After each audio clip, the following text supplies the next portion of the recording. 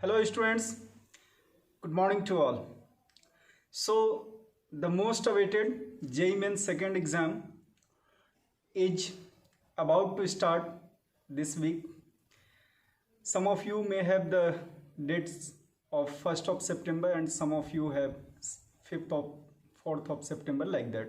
Okay, so at this phase, what to do, how to do, I believe that each of you are good enough in that, and you might be following your personal strategies, personal plan, whatever you have scheduled for yourself. Just one small addition in your part. At this phase, if you are trying to revise the things, यदि आपको किसी भी तरीके से revision की इच्छा है जो आप कर रहे हो टेस्ट के साथ साथ, सो उसमें छोटी सी बात आप ये जरूर ध्यान रखना कि अब जो है स्टार्टिंग से नोट्स ओपन करके नोट्स पढ़ने की जगह कोई भी एक चैप्टर या टॉपिक जिसको तुम रिवाइज करना चाह रहे हो उसको लेकर के बैठो और सबसे पहले ये बातें नोट डाउन करो कि उनमें से कितनी चीज़ें तुमको याद हैं इन द सेंस कि उन कंसेप्ट्स को, उन फार्मूलाज को, उन डेरिवेशंस को रिकॉल करने की कोशिश करो, मेमोराइज करने की कोशिश करो, अपने मेमोरी पे स्ट्रेस डालो कि उनमें से कितनी बातें आपको समझ में आती हैं, कितनी आपको याद हैं। और फिर अगर कोई ऐसा बात, कोई ऐसा पॉइंट जो आपको लगता है जो आपसे मिस हो रहा है, जो छूट रहा है, तो उसको एक बार आप नोट्स उलट करके देख लेना। बट डिटेल्ड अगर फिर से आप केवल और केवल नोट्स पलटे जा रहे हो तो मुझे थोड़ा सा ऐसा लगता है कि उसमें हमें पर्सनल सेटिस्फेक्शन तो हो जाता है कि हम रिवीजन कर रहे हैं, बट एक्चुअल में हमारे लिए उसमें से कुछ चीज़ें ऐड नहीं हो पाती हैं। So the best way is, chapter का नाम लिया हमने, बैठ जाओ, अपने से अपने आप को रिकॉल करो, उनमें से कौन कौन से कंसेप्ट्स आपको याद हैं, क्या क्या चीज़ें आपने उसमें से सीखी थी, क्या स्पेशल ट्रिक्स आपको टीचर ने उसमें डिस्कस किया था, और उन बातों को ऐसे ही शॉर्ट नोट्स की जगह शॉर्ट नोट्स के तरीके से अगर लिखते चले जाओगे तो आपको सिलसिलेवार ढंग से चीज़ों को मैप करने में, कंसेप्ट्स को मैपिंग में ईजी पड़ेगा।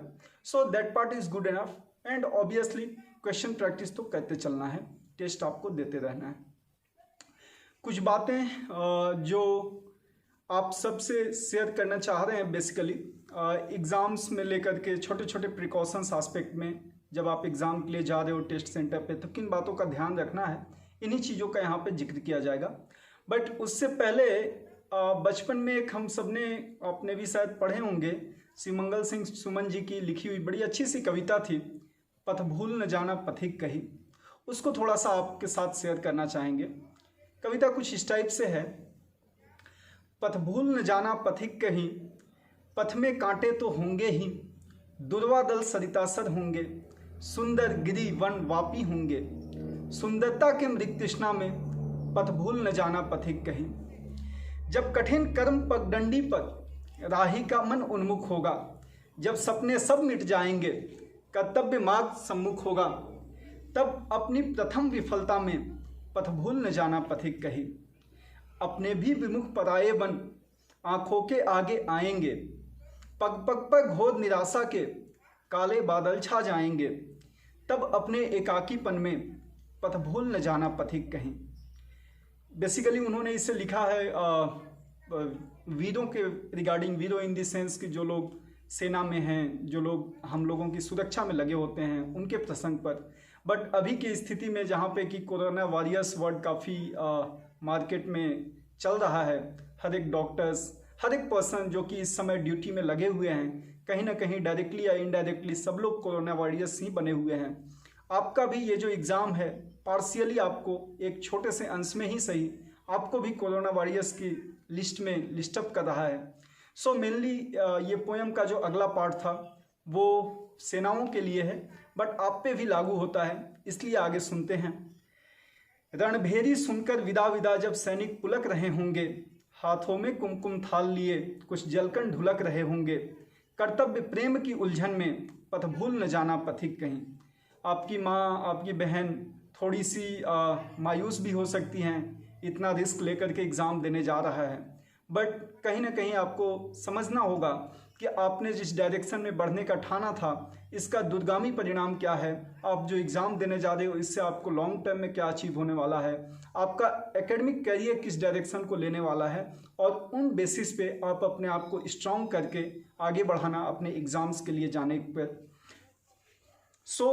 कुछ बातें जो प्रिकॉशनरी मेजर में, तो उससे पहले एक छोटा सा प्रैक्टिस, जैसे इस बार आप सब लोग जान रहे हो आपको मास्क लगा करके एग्ज़ाम देनी है। एडवाइस तो यही होगा सभी लोगों को कि बेयर मिनिमम 3 से 4 घंटा मास्क लगाने का आप रेगुलर प्रैक्टिस इन बचे हुए 4-5 दिनों में, जब तक आपका एग्ज़ाम शेड्यूल्ड नहीं है तब तक आप जरूर किया करो। ऐसा नहीं कि आप उस समय में मास्क लगा के एग्ज़ाम का ही प्रैक्टिस करो, कोई भी एक्टिविटी जो आप कर रहे हो तो अगर आप आदत में डाल लो इसको 5 घंटे 6 घंटे तक एक दिन में प्रैक्टिस में रखो कि मास्क लगाने से मतलब कहने का ये है कि जैसे आप ड्रेस पहनते हो ना, तो आपका जो ड्रेस है आपको रियलाइज़ नहीं कराता है कि आपने ऊपर से कपड़े पहन रखे हैं, टी शर्ट पहने हैं, शर्ट पहन के रखे हैं। तो आपका मास्क के साथ भी आपका बॉडी जो है फेमिलियर हो जाना चाहिए, वो उसको कोई अलग सा चीज़ नहीं लगना चाहिए। जो लोग चश्मा लगाते हैं उनको होगा अंदाज़ा, शुरुआती दौर में जब वो शुरू में चश्मा स्टार्ट करते हैं तो हो सकता है कि उनको इतनी इच्छा ना होती हो, बट बाद में उनका ध्यान नहीं जाता है कि उन्होंने आंखों पे चश्मा लगाया है। तो उसी तरीके से आपको मास्क के लिए हैबिचुअल हो जाना चाहिए। एग्ज़ाम इंटरवल में ये मास्क आपको अलग सा फील ना हो, तो इस लिहाज से ये बेटर होगा कि अगर आप थोड़े इंटरवल के लिए डेली बेसिस पे ये हैबिट बना करके रखो कि मास्क को कंटिन्यू वियर करने का आदत। दूसरी चीज़ है टाइम स्लॉट के एस्पेक्ट में, अगर आपका मॉर्निंग का शिफ्ट में एग्ज़ाम शेड्यूल्ड है या आफ्टरनून शिफ्ट में, दोनों ही टाइम स्लॉट में इन इंटरवल्स में आप केवल और केवल एग्ज़ाम का प्रैक्टिस करो। वो एग्ज़ाम आप कहाँ से दे रहे हो ये उतना मायने नहीं रखता है, बट आप एग्ज़ाम दे रहे हो ये बातें बहुत ज़्यादा ज़रूरी हो जाती हैं। तो इसलिए ये जो शेड्यूल्ड आपका टाइम स्लॉट है उस टाइम स्लॉट में आप डेफिनेटली टेस्ट का प्रैक्टिस करना, यह आपके लिए बहुत ज़्यादा हेल्पफुल रहेगा। थोड़ी सी बातें आपको एग्ज़ाम रिलेटेड, जो एडमिट कार्ड है वो आप कलर में ही प्रिंट कर लेना। एज सच कहीं पे ऐसा लिखा हुआ तो इस बार नहीं है, बट लास्ट अटेम्प्ट में हम लोगों ने देखा था, उन्होंने चूंकि क्लियरली मेंशन किए थे, तो इसलिए एवरीवन इज रिकमेंडेड कि आप उसका कलर प्रिंट आउट ही अपने साथ ले जाओ।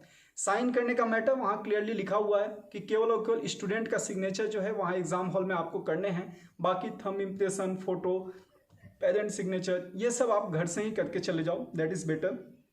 अगर पॉसिबल हो पाए तो आप अपने साथ 2 एडमिट कार्ड रख लेना, या अगर एक ही रखे हो तो उसको बड़े सहेज करके रखना, संभाल करके रखना, बिकॉज अभी जहाँ पे भी आपका एग्जाम सेंटर पड़ रहा है, पहले ऐसा हो जाया करता था अगर एक्सट्रीम केसेस आ गए तो नियर बाई लोकेशन से आप प्रिंट भी करा सकते हो, बट अभी इन सिनेरियो में बहुत कम चांसेस हैं, तो इसलिए आप ज़्यादा प्रिकॉशनरी रहो, ज़्यादा अलर्ट रहो, that is advice to everyone.